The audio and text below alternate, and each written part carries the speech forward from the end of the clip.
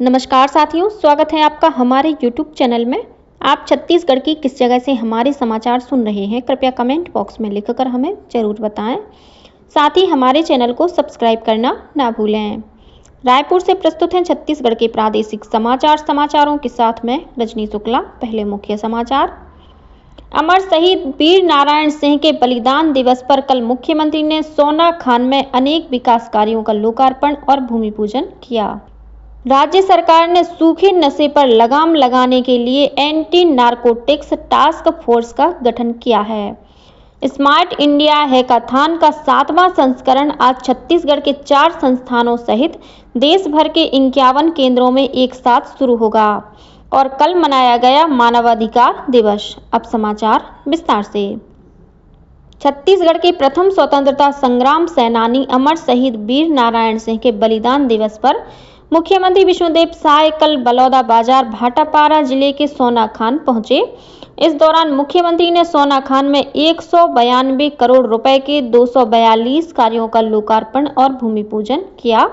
इस मौके पर मुख्यमंत्री ने सोनाखान में पोस्ट मैट्रिक छात्रावास शहादत दिवस पर सोनाखान में मेले के लिए 15 लाख रुपए देने के साथ ही शहीद वीर नारायण सिंह के वंशज के परिजनों को पेंशन देने की घोषणा की। इससे पहले मुख्यमंत्री ने रायपुर के जय स्तंभ चौक पर वीर नारायण सिंह की प्रतिमा पर माल्यार्पण कर उन्हें नमन किया। इस मौके पर मुख्यमंत्री ने कहा कि स्वतंत्रता के लिए अपना जीवन न्यौछावर कर देने वाले आदिवासी जननायक वीर नारायण सिंह छत्तीसगढ़ महतारी के सच्चे सपूत थे। कल ही छत्तीसगढ़ डाक परिमंडल द्वारा शहीद वीर नारायण सिंह की शहादत पर विशेष डाक टिकट का विमोचन भी किया गया। उत्तर प्रदेश के प्रयागराज में 13 जनवरी से 26 फरवरी तक गंगा, यमुना और सरस्वती नदियों के संगम पर महाकुंभ का आयोजन किया जाएगा। इस आयोजन में शामिल होने के लिए उत्तर प्रदेश के मुख्यमंत्री योगी आदित्यनाथ ने छत्तीसगढ़ के मुख्यमंत्री विष्णुदेव साय को आमंत्रण भेजा है।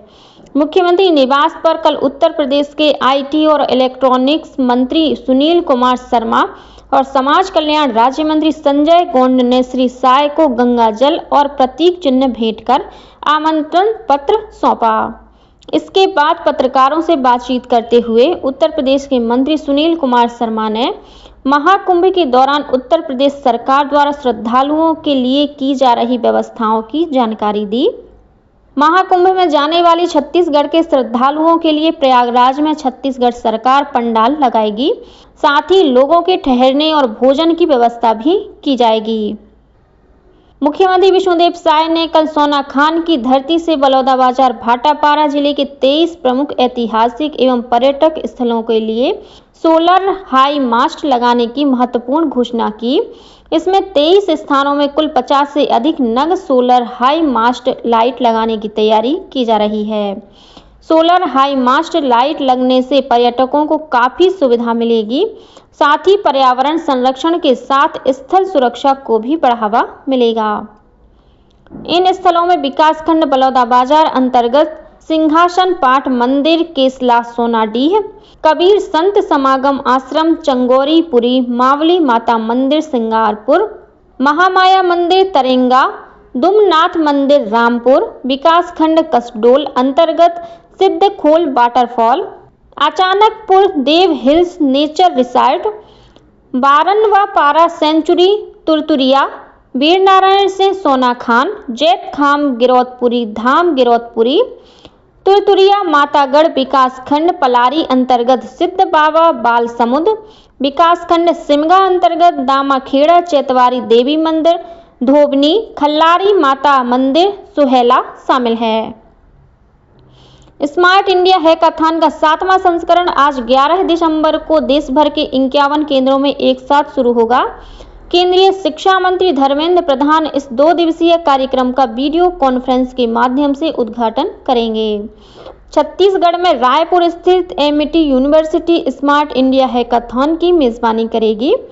बिलासपुर के गुरु घासीदास केंद्रीय विश्वविद्यालय में स्मार्ट इंडिया हैकाथॉन के नोडल अधिकारी डॉक्टर मनोज कुमार ने बताया कि इस कार्यक्रम से संबंधित सभी तैयारियां पूरी कर ली गई हैं। छत्तीसगढ़ में 4 स्थानों पर स्मार्ट इंडिया हैकाथॉन का आयोजन किया जाएगा। इसमें भिलाई, बिलासपुर, रायपुर और दुर्ग में स्थित शिक्षण संस्थान शामिल हैं। वर्ष 2025 से स्नातक पाठ्यक्रम में प्रवेश के लिए आयोजित होने वाली सामान्य विश्वविद्यालय प्रवेश परीक्षा में छात्रों को कक्षा 12 में पढ़े गए विषयों के अलावा कोई भी विषय लेने की छूट होगी। विश्वविद्यालय अनुदान आयोग के अध्यक्ष जगदीश कुमार ने मीडिया को बताया कि इससे छात्रों को उच्च शिक्षा के लिए अपनी पसंद का विषय चुनने में सुविधा होगी। यह परीक्षा कंप्यूटर के माध्यम से 37 के बजाय 63 विषयों में आयोजित की जाएगी। उन्होंने बताया कि आयोग द्वारा गठित विशेषज्ञों के पैनल ने मौजूदा परीक्षा पद्धति की समीक्षा के बाद उसमें कई परिवर्तनों का सुझाव दिया था। केंद्रीय वित्त मंत्री निर्मला सीतारमण ने कहा है कि सरकार की योजना अगले 3 वर्षों में 2 लाख बीमा सखी या बीमा एजेंटों की नियुक्ति करने की है।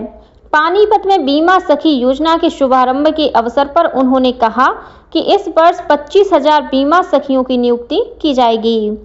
उन्होंने बताया कि प्रत्येक महिला बीमा एजेंट स्वयंसेवी को पहले वर्ष में प्रतिमाह 7,000 रुपये, दूसरे वर्ष में प्रतिमाह 6,000 रुपये और तीसरे वर्ष में प्रतिमाह 5,000 रुपये दिए जाएंगे।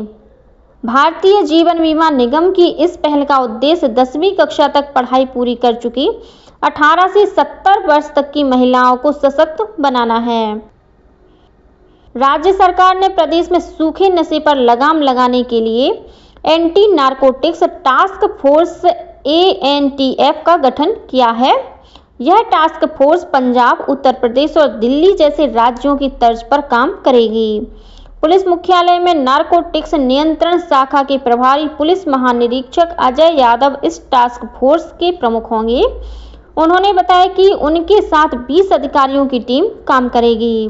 इसके साथ ही सभी जिलों में ANTF की टीमें बनाई जाएंगी। कल मानवाधिकार दिवस मनाया गया। प्रतिवर्ष 10 दिसंबर को मानवाधिकारों के संबंध में सार्वभौम घोषणा की याद में यह दिवस मनाया जाता है।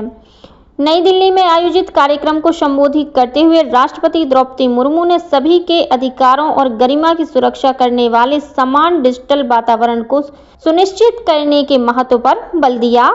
राष्ट्रपति ने कहा कि साइबर अपराध और जलवायु परिवर्तन मानवाधिकारों के लिए नई चुनौतियां हैं। उन्होंने कहा कि डिजिटल युग परिवर्तनकारी है, लेकिन इससे साइबर बुलिंग, डीप फेक, गोपनीयता संबंधी चिंताएं और गलत सूचना के प्रसार जैसे मुद्दे भी सामने आए हैं। राष्ट्रपति ने कहा कि भारत ने गरीबी और भुखमरी को समाप्त करने तथा युवाओं को समान अवसर प्रदान करने के लिए नीतियां लागू करके दुनिया के सामने उदाहरण पेश किया है।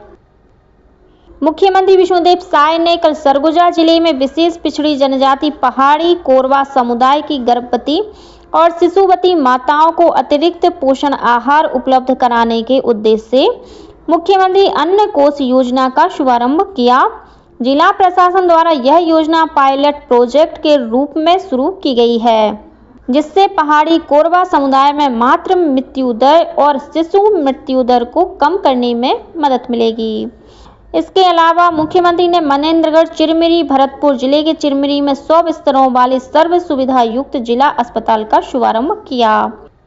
बीजापुर जिले में धनौरा के एक आवासीय विद्यालय में विषाक्त भोजन का सेवन करने से एक छात्रा की मौत हो गई, वहीं 35 छात्राएं बीमार हैं। इनमें से 9 की हालत गंभीर बताई जाती है। रायगढ़ में जारी अग्निवीर भर्ती रैली के दौरान अभ्यर्थियों के बीच कराई गई दौड़ में एक युवक बेहोश होकर गिर गया और इलाज के दौरान उसकी मौत हो गई। डॉक्टरों ने जांच में पाया कि यह युवक सिकल सेल की बीमारी से ग्रसित था। पोस्टमार्टम के बाद प्रशासन ने युवक का शव परिजनों को सौंप दिया है। इसके बाद युवक के शव को जिला प्रशासन के अधिकारियों के साथ गृहग्राम भेजा गया। जिला प्रशासन द्वारा युवक के अंतिम संस्कार के लिए सहायता राशि प्रदान की गई है। मृतक के परिजनों को मुख्यमंत्री स्वेच्छानुदान से भी 10 लाख रुपए का आर्थिक सहयोग प्रदान किया जाएगा। प्रवर्तन निदेशालय ईडी ने डीएमएफ घोटाला मामले में कल विशेष न्यायालय में 8,000 से अधिक पन्नों का चालान पेश किया। इसमें निलंबित IAS अधिकारी रानू साहू, राज्य प्रशासनिक सेवा के अधिकारी माया वारियर सहित 16 लोगों को आरोपी बनाया गया है। इस बीच एंटी करप्शन ब्यूरो ACB और आर्थिक अपराध अन्वेषण शाखा EOW द्वारा दर्ज मामले में प्रदेश के पूर्व महाधिवक्ता सतीश चंद्र वर्मा की अग्रिम जमानत याचिका पर हाईकोर्ट में कल सुनवाई हुई। सुनवाई पूरी होने के बाद एकल पीठ ने अपना फैसला सुरक्षित रखा है। और अब पेश है मौसम का हाल। प्रदेश में ठंडी और शुष्क हवाओं का आगमन लगातार जारी है। मौसम वैज्ञानिक HP चंद्रा ने बताया कि राज्य के मैदानी इलाकों के तापमान में करीब 5 डिग्री सेल्सियस की गिरावट दर्ज की गई है। और अब कुछ अन्य समाचार संक्षेप में। मुख्यमंत्री विष्णुदेव साय की अध्यक्षता में आज 11 दिसंबर को सुबह 11 बजे से मंत्रालय में राज्य मंत्री परिषद की बैठक होगी। रायगढ़ जिले के उर्दना गांव में कल 6ठी बटालियन का 39वां स्थापना दिवस मनाया गया। वित्त मंत्री OP चौधरी इस कार्यक्रम में मुख्य अतिथि के रूप में शामिल हुए। इसी के साथ छत्तीसगढ़ के समाचारों का ये बुलेटिन समाप्त हुआ। नमस्कार।